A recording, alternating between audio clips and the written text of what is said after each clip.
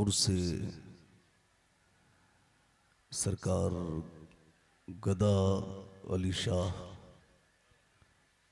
अलैहिर्रहमा की मुनासबत से आज की ये महफिल इनकाद पजीर है। आपने मुझसे बेशतर शुरा अहले सुन्नत से अच्छी शायरी सुनी और खुतबाए अहले सुन्नत से बेहतरीन खिताब सुना और बीच बीच में नकीब इस्लाम अदीब शहीर हजरत अल्लामा जमाल अख्तर साहब से आपने अच्छी निजामत भी सुनी।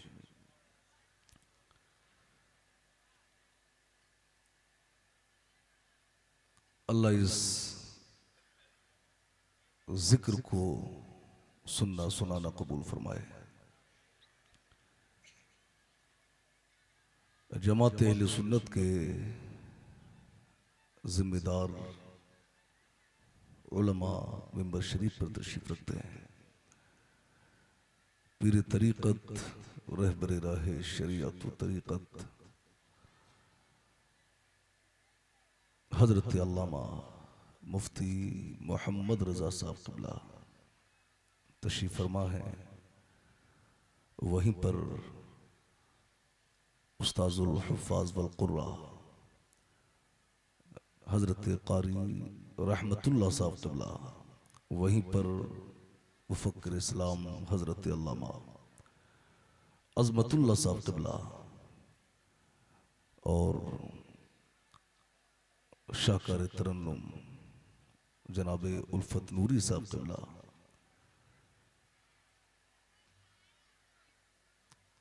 और भी हमारे उलमा तशरीफ रखते हैं। मैं सबके नामों से वाकिफ नहीं, बस इतना कहूंगा कि जो जर्रा जिस जगह है वहीं आफताब है।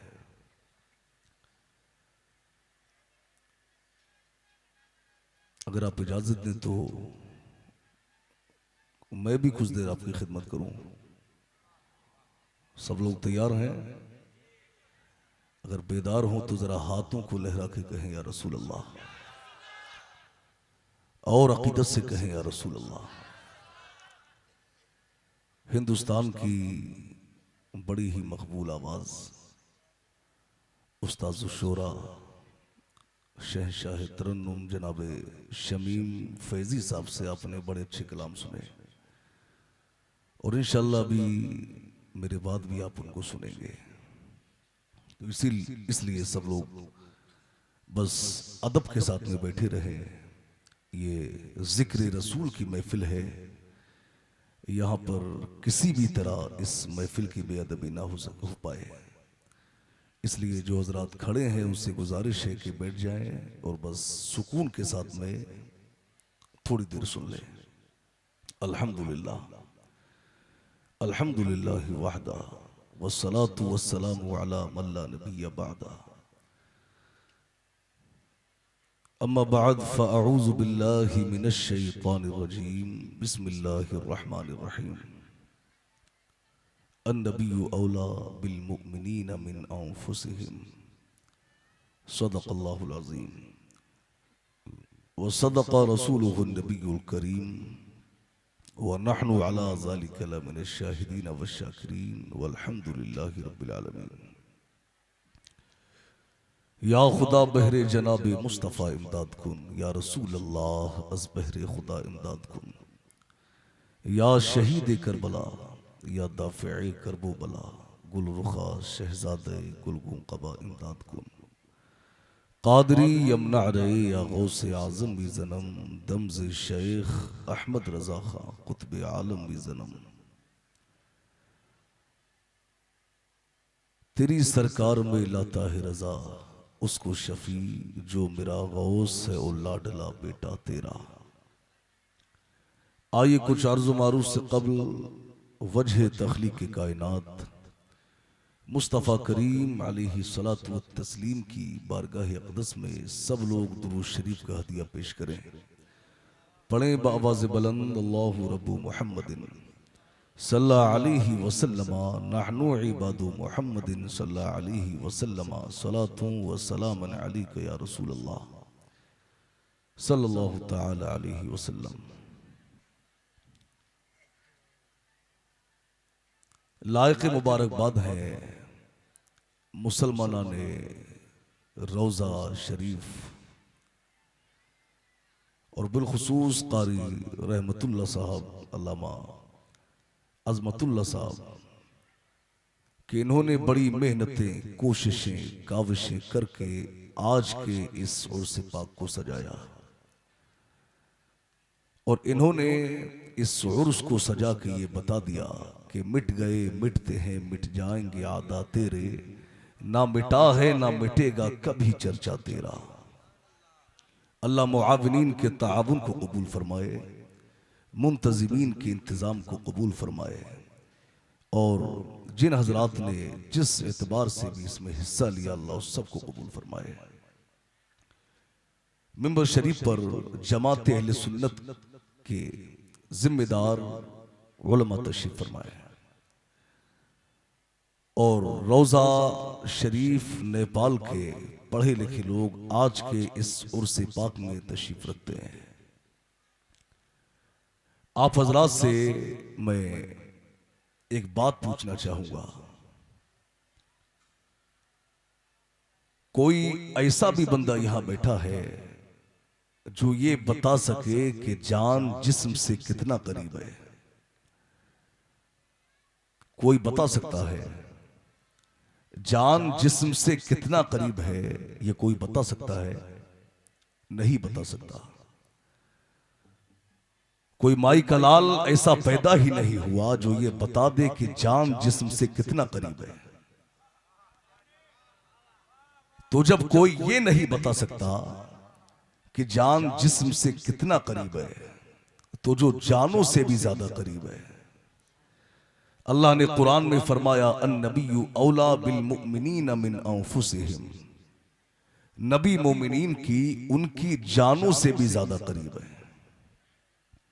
अब एक सवाल पैदा होता है कि कोई चीज हमारे करीब है तो हम उसे महसूस करते हैं या नहीं करते? अगर हमारे अंदर से एहसास खत्म हो जाए तो चीज जितना चाहे हमारे करीब रहे हम उसको महसूस नहीं करते।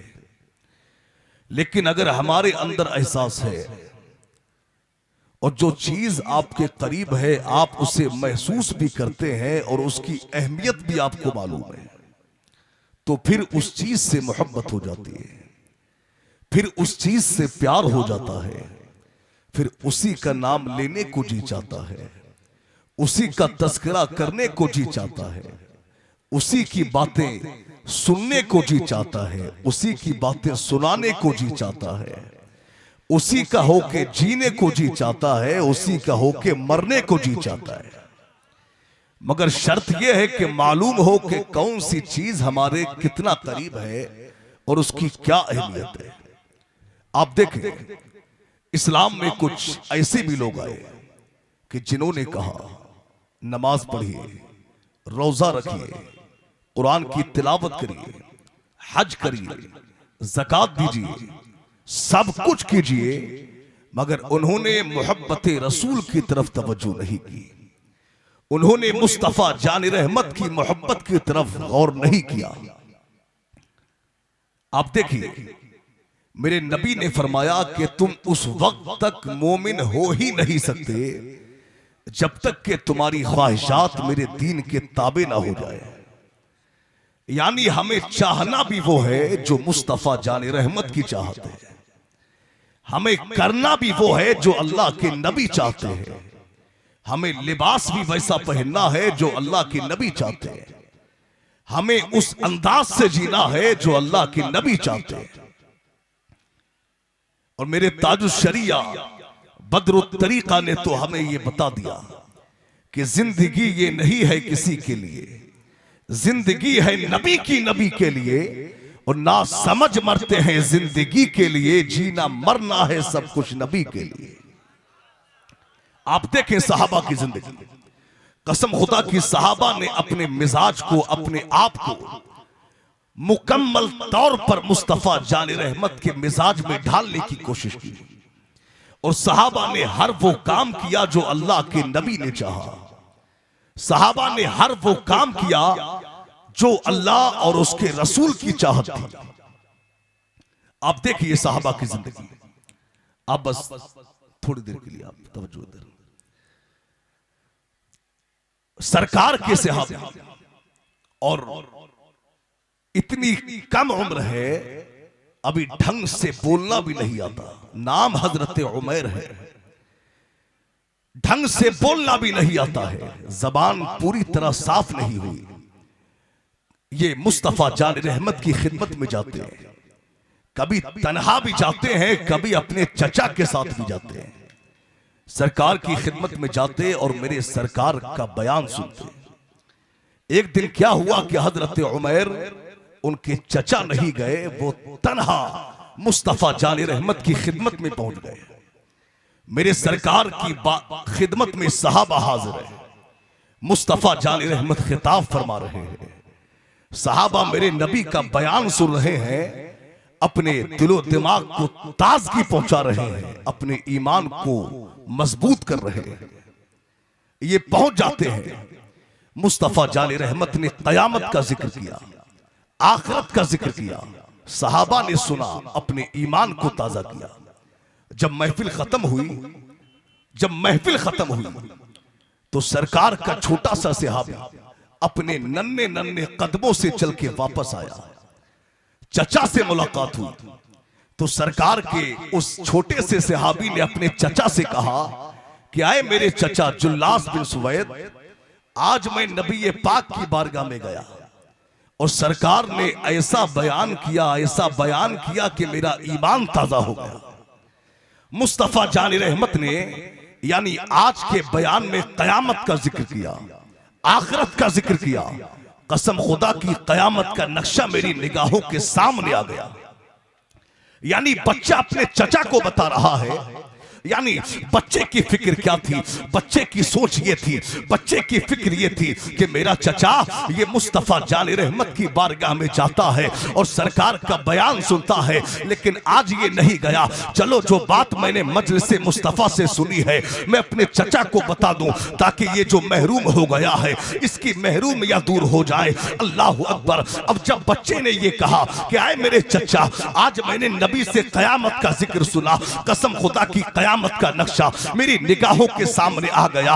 अल्लाह अकबर। जब ये बात कही तो उसका चचा, क्योंकि वो मुस्तफा जान रहमत का गुस्ताख था, वो नबी पाक का बागी था, अजली बदबख्त था, बड़ा ही मक्कार था, बड़ा ही कमीना था। उसने जब ये सुना तो उसने कहा कि आए मेरे भतीजे, अगर मोहम्मद सच्चा है तो फिर हम गधों से भी ज्यादा बदतर हो गए, माज़अल्लाह। जब ये बात कही तो बच्चा हैरान हो गया, आंखें फटी की फटी रह गई कि ये मेरा चचा ये मेरा हाथ पकड़ के मुझे मुस्तफा जान रहमत की बारगाह में लेकर के जाता था, ये मेरी उंगली पकड़ के मुझे सरकार की खिदमत में लेकर के जाता था। अरे ये तो अंदर से गुस्ताख निकला, मैं तो इसे मुस्तफा जान रहमत का आशिक समझता था, ये तो गुस्ताख निकला। अल्लाह अकबर। अब सरकार के छोटे से सहाबी ने अपने चचा से क्या कहा, आए रोजा शरीफ के मुसलमानों कान खोल के सुनिएगा। सरकार के छोटे से सहाबी ने अपने चचा से कहा, आए मेरे चचा, कसम खुदा की अगर कायनात में मैं सबसे ज्यादा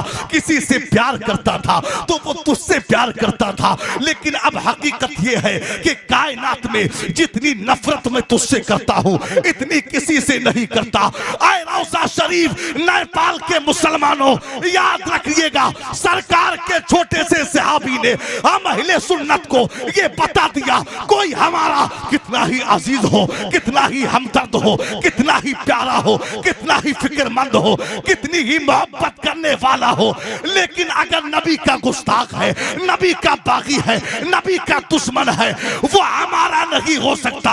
अरे जो नबी का दुश्मन है वो हमारा दुश्मन है, जो नबी का गद्दार है वो हमारा दुश्मन है, जो नबी का वफादार है हम उसके वफादार हैं।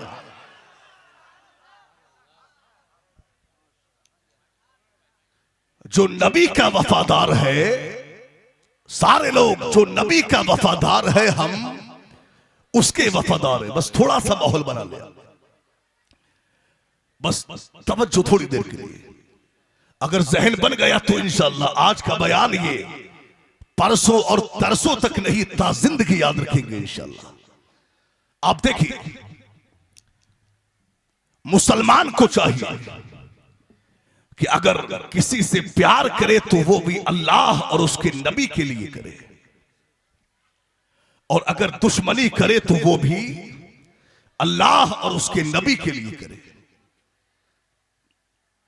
आज जो है बहुत से ऐसे लोग जो अपने आप को सुन्नी कहते हैं, अपने आप को टीटीएस कहते हैं, अपने आप को टनाटन सुन्नी कहते हैं, और उनके हालात क्या है।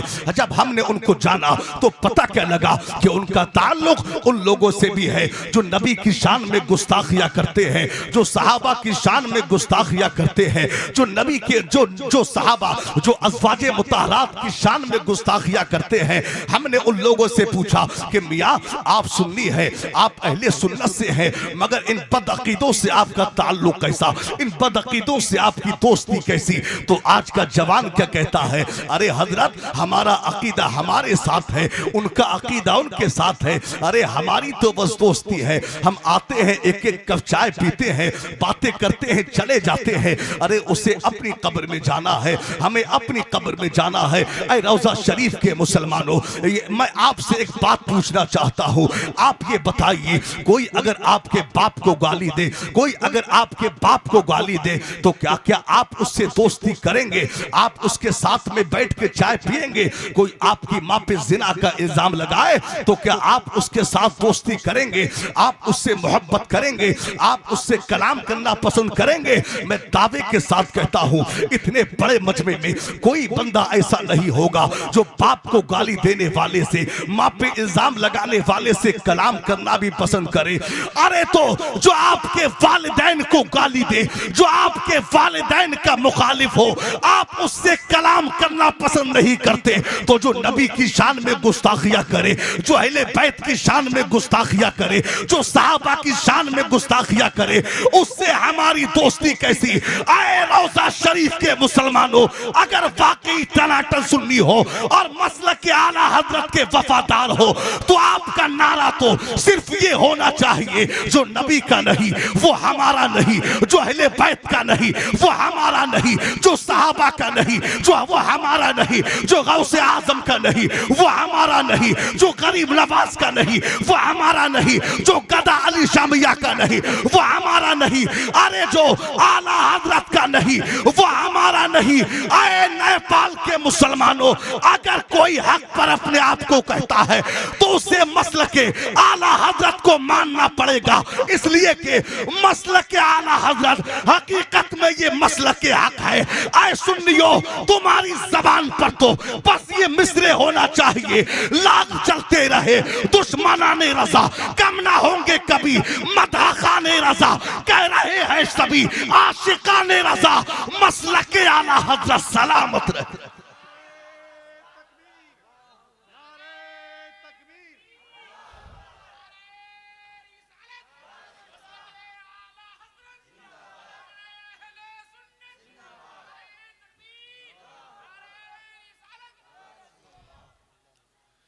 लाख जलते रहे दुश्मनाने रजा,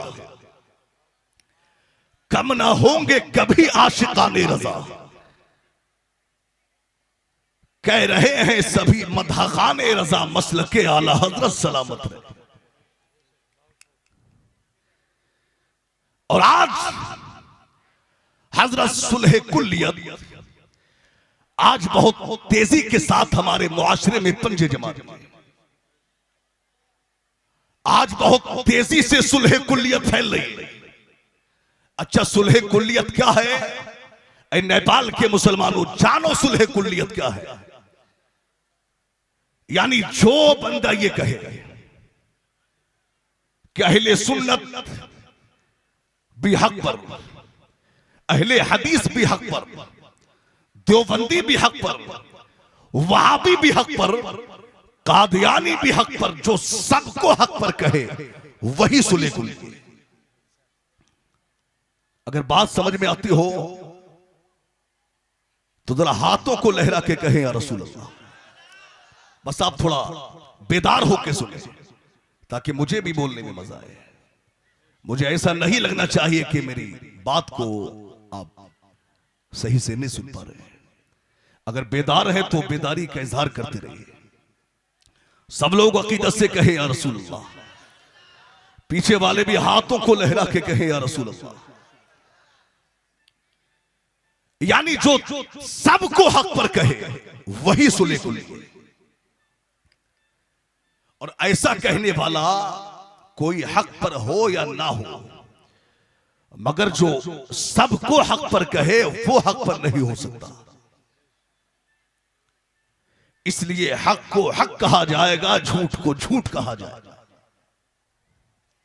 आप देखिए आज जो है अहले सुन्नत के यानी अहले सुन्नत में बहुत से सिलसिले हैं। रज़वी, अशरफी, नक्शबंदी, चिश्ती, कलंदरी, साबरी, कलियरी, बहुत से आज सिलसिले हैं और ये तमाम अहले सुन्नत से हैं। और आज हमारे अहले सुन्नत से ताल्लुक रखने वाले, आज जब हमने गहराई से उनको जाना, हमारे और आपके ताल्लुकात में बहुत से ऐसे भी लोग मिलते हैं जो अपने आप को मसलक के आला हजरत का वफादार बताते हैं, जो अपने आप को अहले सुन्नत वल जमात से बताते हैं, मगर उनके जब हमने गहराई से उनको जाना तो पता क्या लगा कि किसी का चाचा देवबंदियों की बोली बोलता है, किसी का मामू अहले हदीस की बोली बोलता है, किसी का फूफा वहाबियों की बोली बोलता है, किसी का खालू बदअकीदों की बोली बोलता है। अल्लाह अकबर, अल्लाह अकबर। मैंने पूछा कि आए सुन लियो, तुम्हारा ताल्लुक अहले सुन्नत से है, तुम्हारा यानी तुम्हारे रिश्तेदार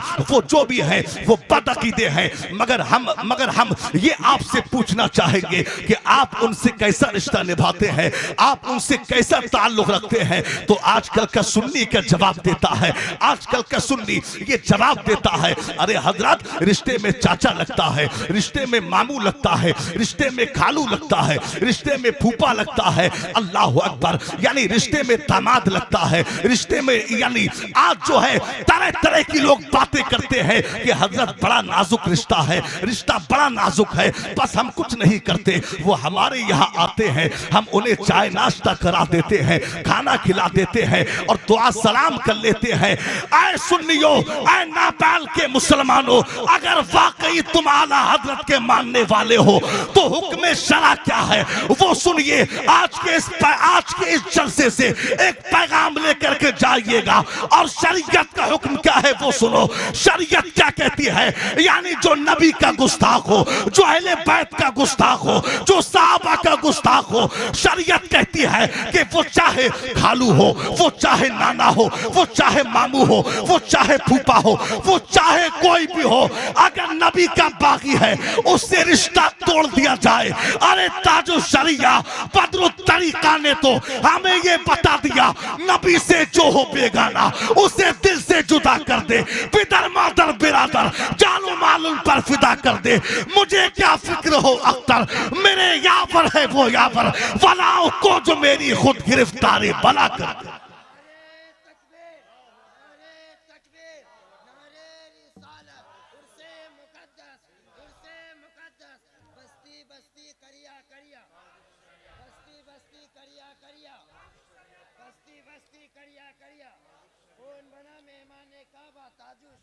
ताजु शरिया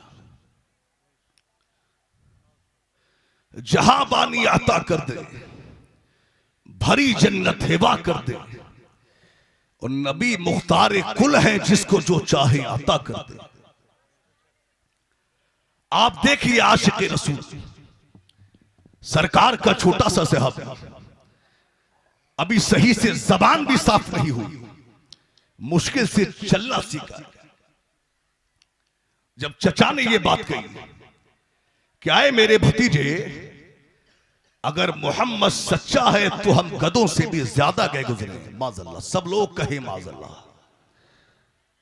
जब ये बात कही तो बच्चा हैरान हो गया और बच्चे ने कहा कि आए मेरे चचा, अगर कायनात में सबसे प्यारा कोई था तो वो तू था, और इस वक्त हकीकत यह है कि तुझसे बुरा मेरे नजदीक कोई नहीं। बच्चे ने कहा क्या है मेरे चचा, तूने जो मेरे नबी की शान में गुस्ताखी की है, मेरे पास इस टाइम सिर्फ दो रास्ते हैं। एक रास्ता तो यह है कि तूने जो भी बकवास किए मैं उसको छुपा लूं, अल्लाह और रसूल के साथ मैं खयानत करूं, यानी तेरी बात में मुस्तफा जाने रहमत को ना बताऊं। और एक रास्ता यह है कि जो भी तूने बकवास किए मैं जाकर सब कुछ मुस्तफा जाने रहमत को बता दूं, सब कुछ नबी को बताऊं, यानी मैं तेरे राज को फाश कर दूं, और फिर जो हो उसका अंजाम तू खुद देखेगा। तो चचा ने कहा कि है मेरे भतीजे, अभी तू बहुत छोटा बच्चा है। चचा ने क्या कहा कि है मेरे भतीजे, अभी तू बहुत छोटा बच्चा है, तेरी बात कोई नहीं मानेगा, जा कह दे। बच्चा मुस्तफा जाने रहमत की बारगाह में हाजिर हुआ और कहा, या रसूल अल्लाह, जुल्लास बिन सुवैद जो मेरा चचा लगता है, उसने अल्लाह और उसके रसूल के साथ में खयानत की है। या रसूल अल्लाह, मैं पहले रब के हुजूर और फिर आपके हुजूर मैं उससे बेजारी का ऐलान करता हूं। नबी ने फरमाया, क्या ये बच्चे, उसने क्या कहा? तो बच्चे ने पूरी बात बताई कि या रसूल अल्लाह, मैं आपकी महफिल में आया था, आपने बयान किया, कयामत का जिक्र किया, आखिरत का जिक्र किया, जाकर मैंने अपने चचा को बताया। ये बात जाकर मैंने अपने चचा को बताई तो मेरे चचा ने आपके ताल्लुक से ये बकवास की। मुस्तफा जाने रहमत ने सहाबा को बुलाया और फरमाया कि आए मेरे सहाबा, ये मामला दरपेश आया है, क्या किया जाए? तो सहाबा ने अर्ज की, या रसूल अल्लाह, सब लोग दूसरी पढ़े सब लोग, अल्लाहुम्मा सल्ली अला सय्यिदिना मौलाना मुहम्मदिन मअदनिल जूदि वल करम मंबअल इल्मी वल हिल्मी वल हिकमत। एक बार और दूसरी पढ़े, अल्लाहुम्मा सल्ली अला सय्यिदिना व मौलाना मुहम्मदिन मअदनिल जूदि वल करम मंबअल इल्मी वल हिल्मी वल हिकमत।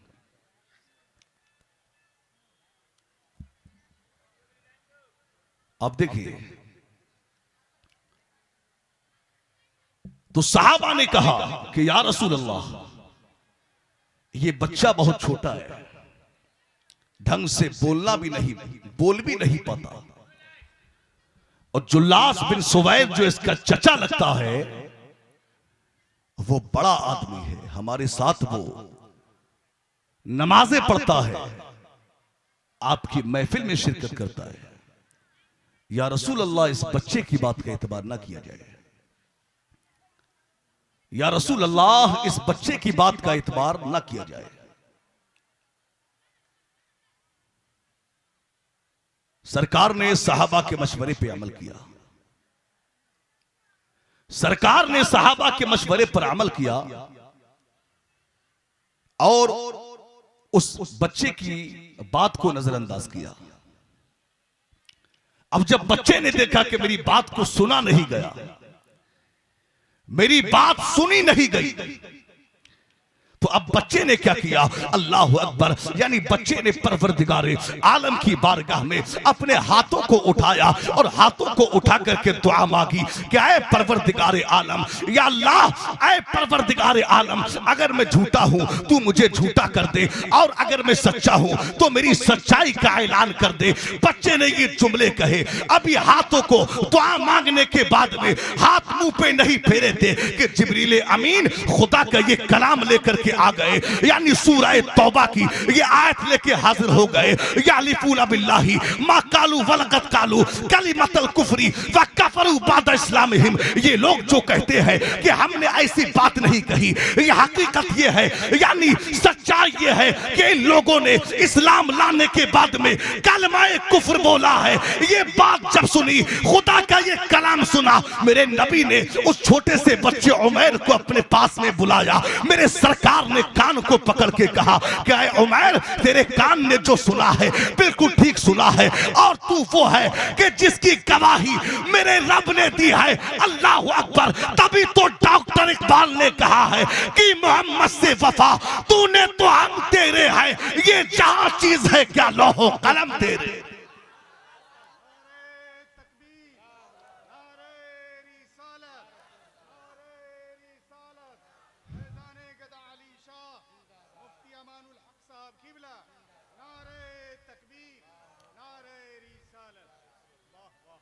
कि मोहम्मद से वफा तूने तो हम तेरे हैं, ये जहां चीज है क्या लौहो कलम तेरे।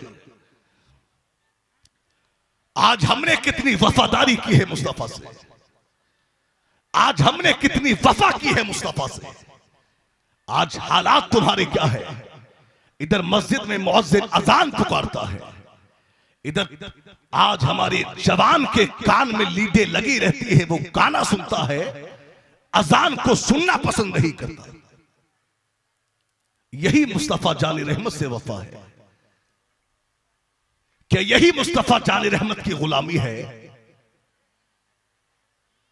आज हालात तुम्हारे क्या है कि भाइयों का हसद तुम्हारे दिल में भरा हुआ है, अपने मोमिन भाई का कीना तुम्हारे सीनों में भरा हुआ है, और मुस्तफा जान रहमत से वफा की बात तुम करते हो।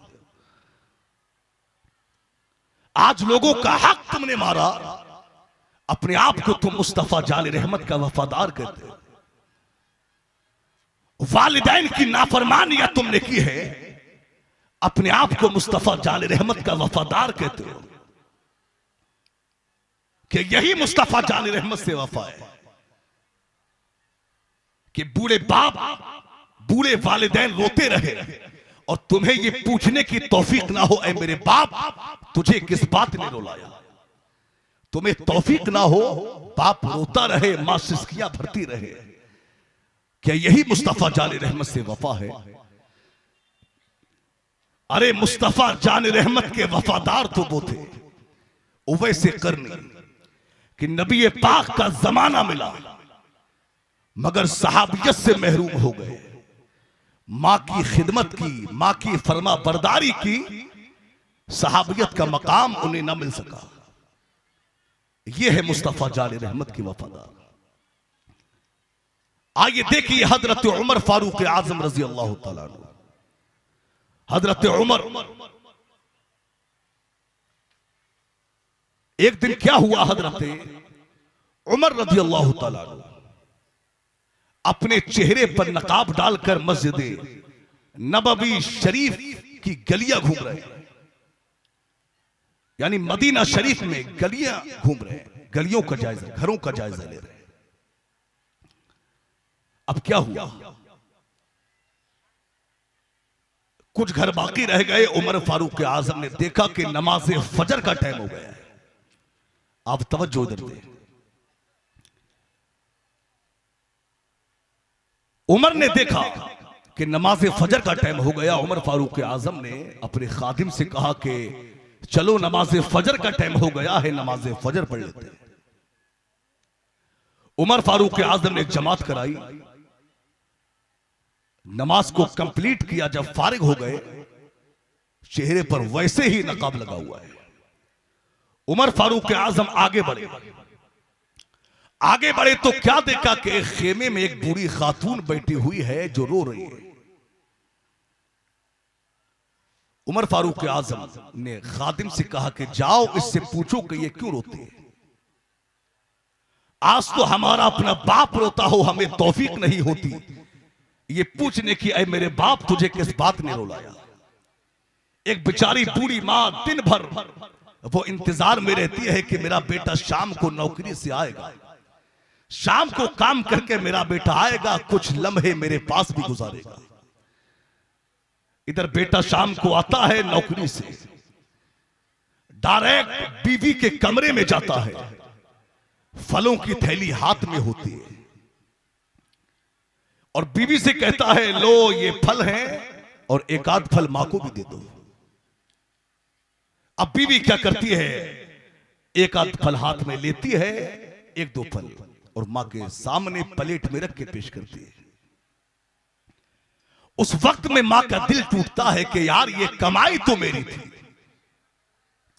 ये बूटा तो मैंने पाला था, मगर ये किस व्यापारी के हाथ लग गया।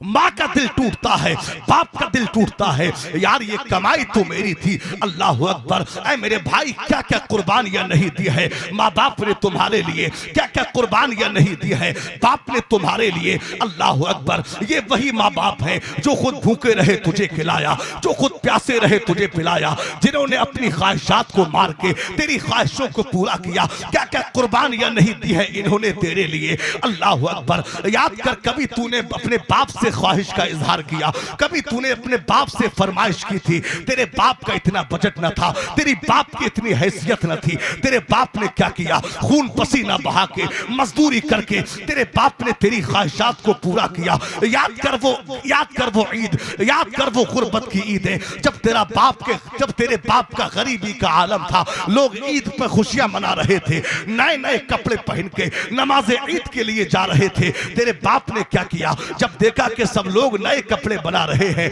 ईद का दिन है, तेरे बाप ने मजदूरी करके खून पसीना बहा के तेरे लिए नए कपड़ों का इंतजाम किया। खुद उसने पुराने कपड़ों में ईद की नमाज अदा की, मगर तुझे नए कपड़े पहनाए। याद करो वो कड़ाके की सर्दियां, जब याद करो वो कड़ाके की सर्दियां कि तेरे बाप ने खुद तो जाड़े एक पतली सी कमीज में, एक पतली सी चादर में, एक फटे हुए जूतों में तेरे बाप ने जाड़े गुजार दिए, मगर तेरे लिए तेरे बाप ने गर्म कपड़ों का इंतजाम किया। तेरे लिए तेरे बाप ने गर्म बिस्तर का इंतजाम किया, तेरे लिए तेरे बाप ने गर्म जूतों का इंतजाम किया। क्या नहीं किया है बाप ने तुम्हारे लिए। याद करो वो सर्दियों की रातें, याद करो वो कड़ाके की सर्दियां, जब पानी को हाथ लगाते हुए करंट सा लगता है, जब पानी को हाथ लगाते हुए करंट सा महसूस होता है। उस वक्त में जब रात के 2 बजे, जब रात के 3 बजे तेरी माँ ने, जब तूने पेशाब किया, तूने बौलो बरास बिस्तर पे किया, तेरी माँ ने रात के 2:30 बजे उठ के, रात के 3 बजे उठ के तेरी माँ ने तेरे पेशाब पाखाने को साफ किया,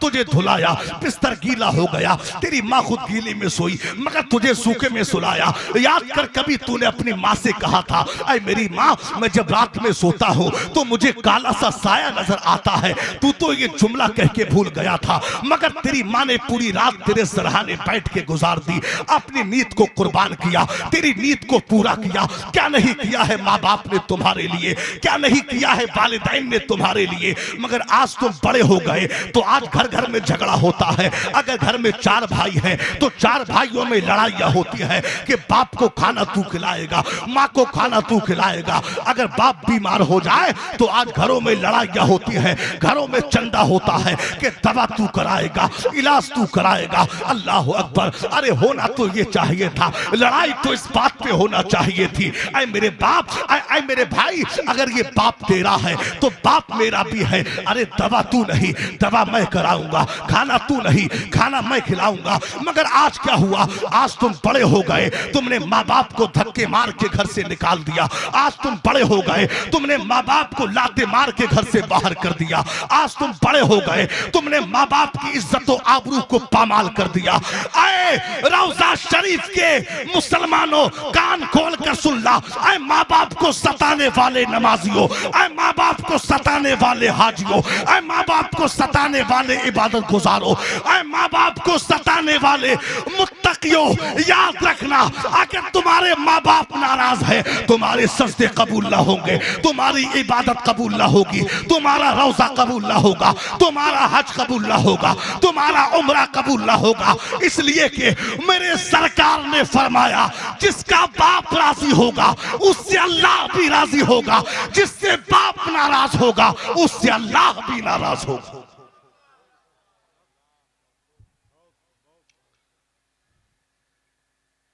वालिदैन की रजा में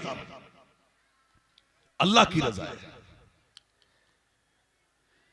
जिनके वालिदैन दुनिया से रुखसत हो गए, मैं दुआ करता हूं अल्लाह उनकी कब्र पर रहमत और नूर की बारिशें अता फरमाए, अल्लाह उन्हें जन्नत की क्यारियां अता फरमाए। मगर जिनके वालिदैन जिंदा है वो कान खोल के सुनो। अगर वालिदैन हयात हैं तो मैं बस इतना कहना चाहूंगा कि इनकी जितनी खिदमत कर लो वो कम है। अगर ये राजी हो गए तो अल्लाह भी राजी हो जाएगा, मुस्तफा भी राजी हो जाएंगे। और अगर ये राजी ना हुए तो फिर अल्लाह भी तुमसे नाराज रहेगा, मुस्तफा भी तुमसे नाराज रहेंगे। एक शख्स मुस्तफा जाने रहमत की खिदमत में हाजिर हुए, कहा या रसूल अल्लाह मेरी मां बूढ़ी हो गई, मैं उसकी खिदमत करता हूं, अपने हाथों से मैं उसके बौलो बराज को साफ करता हूं, क्या मां का हक अदा हो गया? तो मुस्तफा जाने रहमत ने क्या फरमाया, सुनो कान खोल के। मेरे सरकार ने फरमाया, जब तू शिकमे मादर में था और तेरी मां को जो एक झटका लगा था और जो दर्द हुआ था, अभी उस एक झटके का भी हक अदा नहीं हुआ है। एक झटके का भी हक अदा नहीं हुआ है। आप देखिए हजरत उमर फारूक आज़म बूढ़ी के पास गए और बूढ़ी के पास जाके उन्होंने कहा कि ऐ बूढ़ी मां क्यों परेशान हो, क्यों रोती हो? तो बूढ़ी ने जवाब दिया कि मैं बेवा हूं, मैं बेवा हूं, मेरा कोई सहारा नहीं, 25 दीनार मुझ पे कर्जा भी हो गया, 3 दिन से मैंने खाना नहीं खाया, मुझे उमर फारूक आजम से बड़ी शिकायत है कि उमर ने मेरी खैरियत नहीं पूछी। क्या कहा बूढ़ी ने कि मुझे उमर से बड़ी शिकायत है कि उमर ने मेरी खैरियत नहीं पूछी।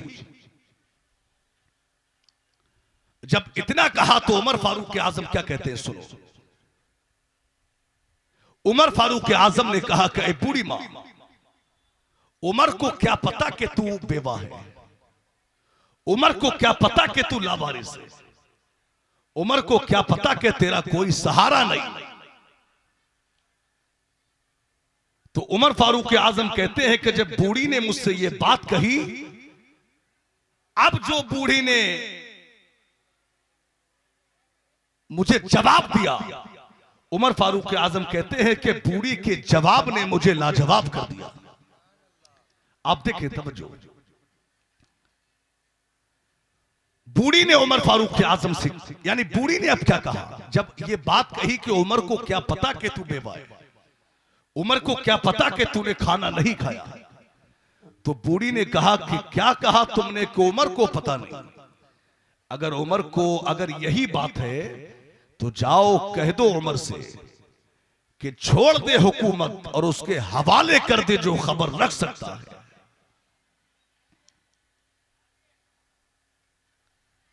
मुझे रहजनों से गरज नहीं, तेरी रहबरी का सवाल।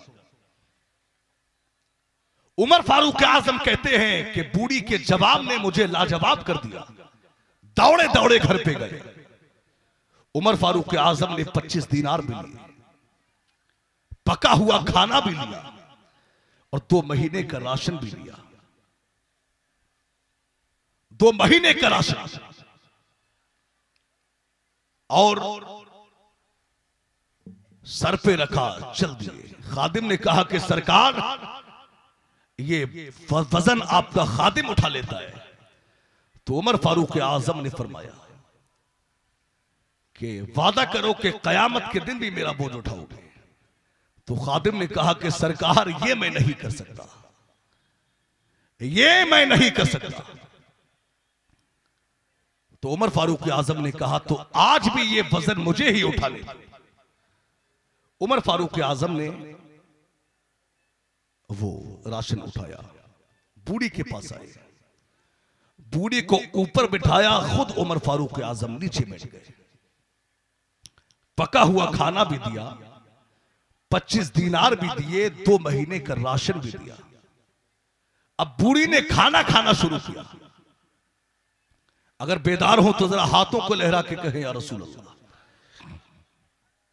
बूढ़ी ने खाना खाना शुरू किया।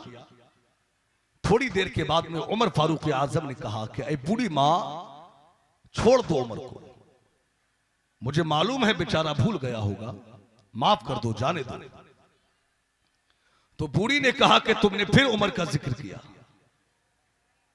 तुम्हें मालूम नहीं कि मैं किस आलम में हूं, मैं अंदर से किस तरह टूटी हुई हूं। अगर सीना फटे तो मैं दिखाऊं कि मैं किस आलम में हूं। अगर सीना फटे तो दिखाऊं मैं किस आलम में हूं। तो बूढ़ी ने कहा कि मैं उमर को माफ नहीं करूंगी, और जब मैं कब्र में जाऊंगी और मुस्तफा जाने रहमत मेरी कब्र में आएंगी तो मैं उमर की शिकायत करूंगी कि या रसूल अल्लाह, मैं बेवा थी, मेरा कोई सहारा नहीं था, 25 दीनार मुझ पे कर्जा हो गया, मैं भूखी रही, मगर तेरे उमर ने मेरी खैरियत नहीं पूछी। उमर फारूक आजम ने कहा कि ऐ बूढ़ी मां, ये शिकायत उमर पे ना लगाना, मुझे मालूम है कि उमर बेचारा कमजोर है, वो ये शिकायत बर्दाश्त नहीं कर सकता, कमजोर है वो। इको कम, आवाज दे, कमजोर है वो ये शिकायत बर्दाश्त नहीं कर सकेगा। जब ज्यादा ही उमर फारूक आजम ने मनाने की कोशिश की तो बूढ़ी ने कहा चल तू मुझे कुछ अच्छा लगता है जा, मैंने तेरी खातिर उमर को माफ फरमा दिया है, मैंने तेरी खातिर उमर को माफ कर दिया है। बूढ़ी ने यह कहा। अब उमर फारूक आजम ने कहा कि मैं ऐसे नहीं मानूंगा, मुझे लिख करके दो। कौन इतने जतन करता है, कौन इतनी कोशिशें करता है किसी को मनाने के लिए, मगर जब दिल में खुदा का खौफ होता है तो एक रक्षे वाले की अहमियत भी बढ़ जाती है। जब दिल में खुदा का खौफ होता है तो सब्जी बेचने वाले की अहमियत भी बढ़ जाती है। जब दिल में खुदा का खौफ होता है तो इंसान तो क्या, वो जानवरों पर भी जुल्म नहीं करता। अब देखिए, उमर फारूक आजम ने कहा मुझे लिख करके दो।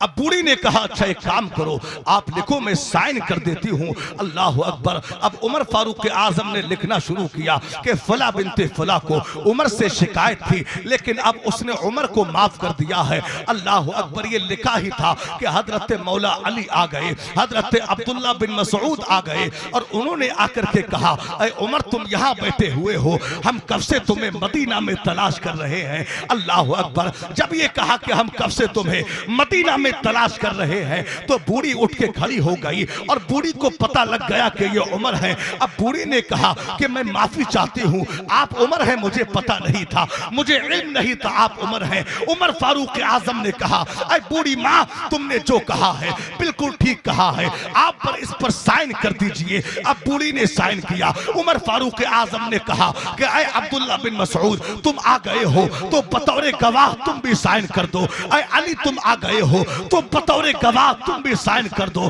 तीनों के साइन करा के उमर फारूक आजम ने रुक्का लपेटा, और लपेटने के बाद में मौला अली के हाथ में दिया और कहा कि अली ये लो रुक्का, ये हो सकता है मैं तुमसे पहले दुनिया से चला जाऊं, अगर मैं तुमसे पहले चला जाऊं तो ये रुक्का मेरी कब्र में रख देना, इसलिए कि जब मुस्तफा जान रहमत मेरी कब्र में आएंगे और मुझसे पूछेंगे अय उमर उमर तूने मेरी उम्मत के साथ में कैसा सुलूक किया, तो मैं कहूंगा आका एक बूढ़ी नाराज थी, आपका उमर उसको भी राजी करके आया है।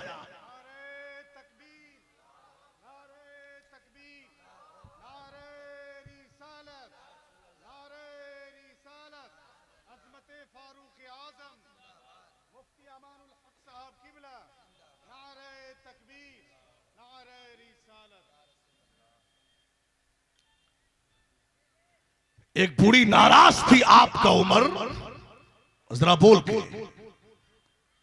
जरा थोड़ी देर के लिए बेदार हो जाइए, जरा बोल के कहें सुभान अल्लाह। बूढ़ी नाराज थी, आपका उमर उसको भी राजी करके आया है। क्या करके आया है, जरा बोल के बताएं। राजी करके आया। ये है साहब, आज तो घर घर में झगड़ा है, घर घर में फसाद है, भाई भाई को अच्छा देखना नहीं चाहता। आप देखिए हजरत अनस रज़ी अल्लाह तआला अन्हु बयान फरमाते हैं कि मैं और मेरे साथ में हजरत अब्दुल्ला बिन अमर रज़ी अल्लाह तआला अन्हु, हम दोनों मुस्तफा जान रहमत के साथ में हुजरे में बैठे हुए थे। सरकार से बातें चल रही थी, मुस्तफा जान रहमत से गुफ्तगू हो रही है कि अचानक किसी ने कुंडी खटखटाई। जब कुंडी खटखटाई तो मुस्तफा जान रहमत ने फरमाया, अनस दरवाजा खोलो। और दरवाजे पर वो शख्स है जिसको अल्लाह बेहिसाब जन्नत में दाखिल फरमाए। अब जब ये बात सुनी तो दीदार का शौक पैदा हुआ। हजरत अनस ने दरवाजा खोला, क्या देखा कि एक गरीब सा सादा सिंपल सहाबी, अंसारी सहाबी आए और मेरे सरकार के सामने मुअद्दबाना अंदाज में बैठ गए। दाढ़ी पर ताजा वुजू करने की वजह से कुछ कतरे लगे हुए हैं पानी के, बगल में चप्पल दबाई हुई है। आए और बैठ गए, सरकार से बातें की, चले गए। अब दूसरा दिन हुआ। हजरत अनस कहते हैं जब दूसरा दिन हुआ तो मैं और हजरत अब्दुल्ला बिन अमर हम दोनों हुजूर के साथ बैठे हुए। कुंडी खटखटाई। मेरे सरकार ने दूसरे दिन भी फरमाया कि ऐ अनस, दरवाजे पर वो शख्स है कि जिसको अल्लाह बेहिसाब जन्नत अता फरमाए, बेहिसाब जन्नत।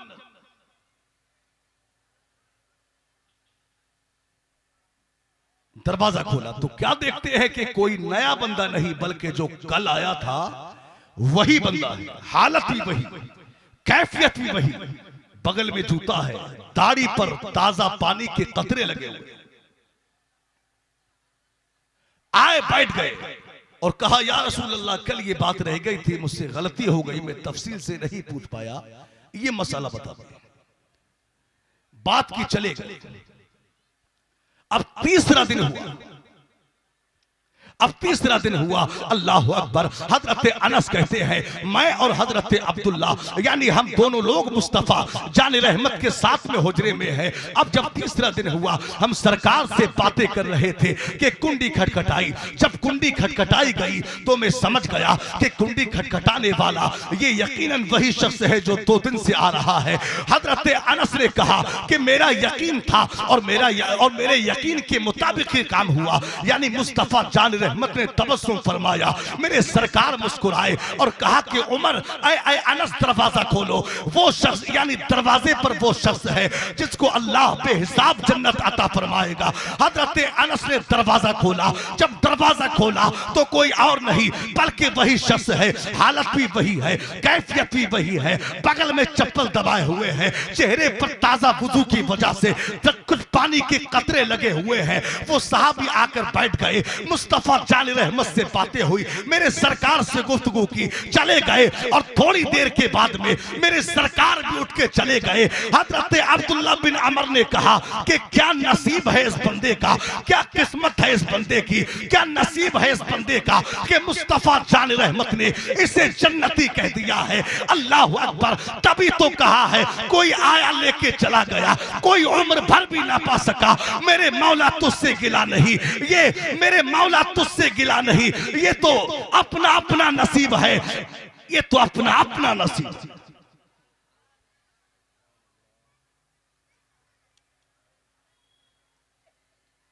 कोई आया लेके चला गया और कोई उम्र भर भी ना पा सका। मेरे मौला तुझसे गिला नहीं, ये तो अपना अपना नसीब। आप देखिए, जब मेरे सरकार भी चले गए और वो सहाबी भी चले गए, अंसारी साहब, अब ये दोनों लोग आपस में बातें करने लगे कि यार ये क्या बात है कि मुस्तफा जाने रहमत ने इनको जन्नती कहा। क्या बात, चलो इनका अमल देखते हैं। अब हजरत अनस ने कहा कि जाओ इनका अमल देखो, इनका अमल क्या है। हजरत अनस कहते, हजरत अब्दुल्ला बिन अमर उनके घर पहुंच गए और उनसे कहा कि यार कुछ दिन के लिए मुझे अपने घर में मेहमान बना सकते हो। तो उन्होंने कहा यार तुम मेरे पड़ोसी हो और आखिर क्या हुआ, घर में कोई हुज्जत हो गई, कोई बात हो गई। तो उन्होंने बात को गोल किया और कहा कि मेहमान बनाते हो तो अब कोई बंदा मेहमान बन के आया है तो इनकार भी नहीं किया जा सकता। उन्होंने कहा कोई बात नहीं, आप रहिए। उनका मकसद था कि मुझे देखना है कि ये कौन सा अमल ऐसा है इस बंदे का कि जिसकी वजह से अल्लाह के नबी ने इसे जन्नती फरमा दिया।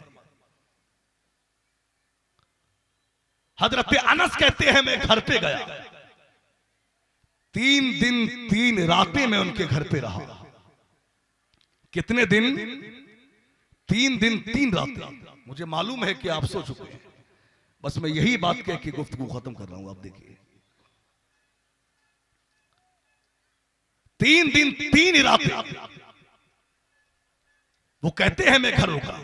अब मैं जुस्तजू में था कि यार कौन सा अमल है, अब क्या होता है। वो हजरत अनस ने कहा यार 3 दिन में मैंने क्या देखा कि यार ये ईशा पढ़ के सोते हैं, ये करवट बदलते रहते हैं और मैं पूरी रात में नवाफिल अदा करता हूँ। यानी यानी मेरा अमल इनसे ज्यादा है, मगर ऐसा कौन सा अमल है जिसकी वजह से इन्हें जन्नती कहा। अल्लाह अकबर। अब हजरत अब्दुल्ला बिन अमर ने उनसे तीसरे दिन फरमाया, जब 3 दिन 3 रातें हो गई तो अब्दुल्ला बिन अमर ने पूरी बात बताई। यार मैं आपके यहाँ मेहमान इसलिए बना था कि आपके ताल्लुक से अल्लाह के नबी ने यह फरमाया था कि अगर किसी को जन्नती देखना है, यानी आपके लिए अल्लाह के नबी ने फरमाया कि अल्लाह यानी ये वो बंदा है जिसे अल्लाह बेहिसाब जन्नत अता फरमाएगा। तो हमें आपका अमल देखना था, मगर आपका अमल हम ना देख सके। जब हजरत अब्दुल्ला बिन अमर ने ज्यादा ही इसरार किया, ज्यादा ही जुस्तजू की, तो उन्होंने क्या कहा याद रखना। ऐ रोजा शरीफ के मुसलमानों कान खोल के सुनो, उन बुजुर्ग ने क्या जवाब दिया। उन्होंने कहा मेरा वो अमल कोई और अमल नहीं है, बस अमल इतना है कि ये अल्लाह ने जो मुझे दिल दिया है, इस दिल में किसी मोमिन का हसद नहीं है, इस दिल में किसी मोमिन का बुग़्ज़ नहीं है, बल्कि इस दिल में है तो मोमिन के लिए प्यार है, मोहब्बत है, वफा।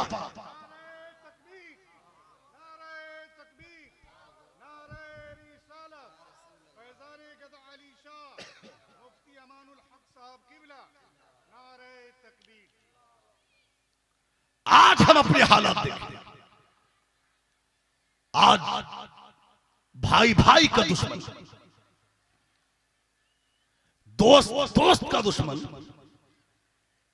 रिश्तेदार रिश्तेदारों के दुश्मन, सबको छोड़िए भाई भाई का दुश्मन।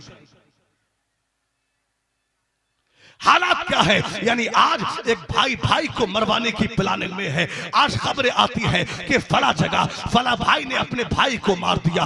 अल्लाह अकबर। आज ये खबरें आती हैं, यानी अगर किसी का भाई, अगर 4 भाई हैं और 2 तरक्की कर गए, 2 को अल्लाह ने कुछ मकाम अता कर दिया, तो आज 2 भाइयों को हसद पैदा हो जाता है। आखिर ये हमसे आगे क्यों बढ़ गए, ये हमसे आगे तरक्की क्यों कर गए, यानी आज हमारे दरमियान हसद है। अरे होना तो ये चाहिए था, हमें हसद नहीं, हमें रश करना चाहिए। आए मुसलमानों, अगर किसी को कोई ओहदा दिया है, कोई मकाम दिया है, कोई नेमत दी है, कोई मनसब दिया है, तो अल्लाह ने दिया है। आप हसद ना करो बल्कि रश करो, अपने भाई के लिए दुआ करो। कसम खुदा की, तुम भाई के लिए अच्छा चाहोगे, अल्लाह रब्बुल इज्जत तुम्हें भी वो नेमतें अता फरमा। मेरे सरकार ने फरमाया कि हसद नेकियों को इस तरह खा जाता है जैसे आग सूखी लकड़ी को खा जाती है।